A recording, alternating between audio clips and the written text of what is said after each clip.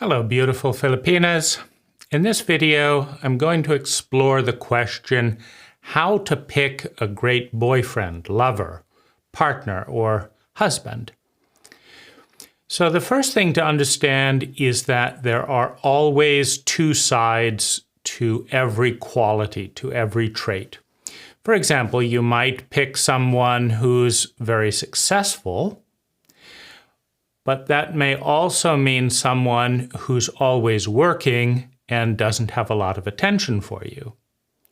You might pick someone who is a quiet homebody, who has a lot of time to spend with you, but it might be a bit boring. You could spend time with someone who's very practical and very organized, but again, they may not be funny or spontaneous or very sexy. You may pick someone who's charming, warm, friendly, makes everyone laugh and smile, is handsome. But the same things that attract you to him attract hundreds of women to him over time. You could pick someone who's young, right, and alive, right, and funny and naive and curious. But that also often means inexperienced, impractical, maybe not able to provide an income. You may pick someone who's experienced and older and more successful.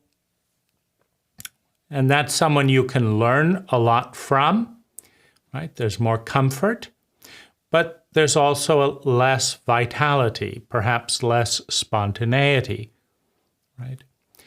You could find a foreign boyfriend and you'd learn about new cultures and perhaps have a higher quality of life financially.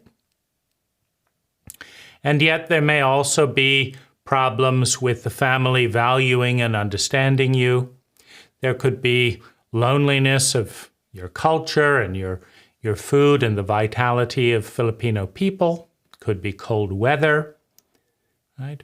Or you could pick someone who's local, right, who's very comfortable, right? It's not much of a challenge of going overseas. Now, you could also pick someone who is with you all the time. Maybe it's a little bit boring. You get used to each other. You take each other for granted. Or you could have a long-distance relationship where you miss each other and you long to be together and you have some very exciting times together because you miss each other so much.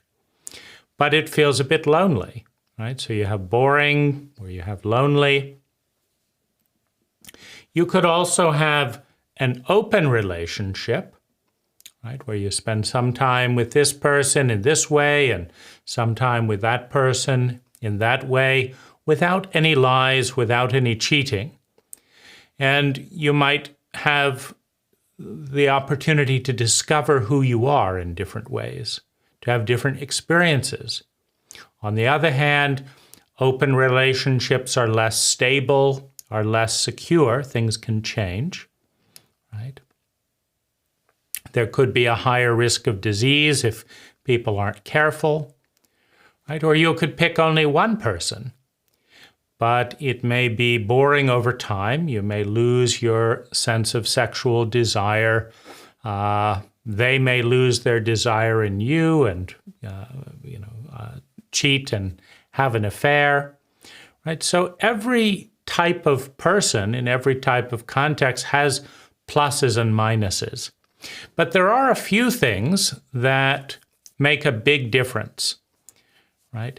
If someone is honest versus dishonest, meaning they tell the truth versus lying, it's a big benefit. Whether it's in an open relationship or a closed relationship, a foreigner or a local, an entertainer or a very serious practical type, telling the truth is always useful. Secondly, being kind. Someone who actually cares about you and your long-term happiness is always a good thing. Someone who is competent, who knows what they're doing, whether at work, making money, raising a child, building a house, somebody who knows what they're doing, right? Who is intelligent, right? It's not just I know how to do this skill, I know how to think, right? So someone who is honest, who tells the truth, someone who is kind, who cares about your future. For example, many Filipinas have unwanted pregnancy because the man wanted to feel good, or maybe you wanted to feel good and you didn't want to wear a condom. And then it also feels good not to stay and be a father, maybe go and get somebody else pregnant. But is it kind? Is it what you would do and wish for your best friend? Is it kind to do that? Right? Not so much. Right? So telling the truth, being kind, right? Being thoughtful. When you think, right, you don't just do what's good in the moment, right? It sometimes getting a loan, running up debt, going gambling, drinking, it feels good in the moment. But over 5 years, your life goes down, right? And so being thoughtful, right? These are some of the traits to look for in a man of any age, of any nationality, someone who's honest, thoughtful, kind, right? Knows what they're doing, someone who's always learning, who's growing and becoming more.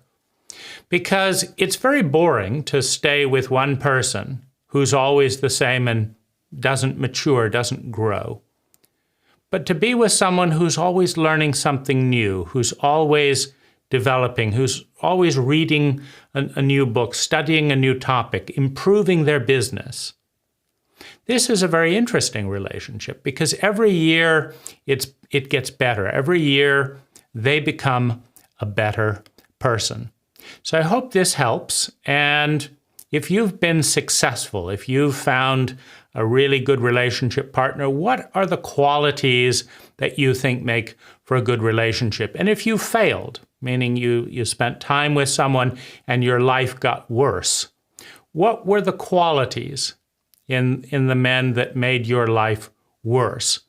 And similarly, what are the qualities that you develop in yourself that make you a better partner, a better friend?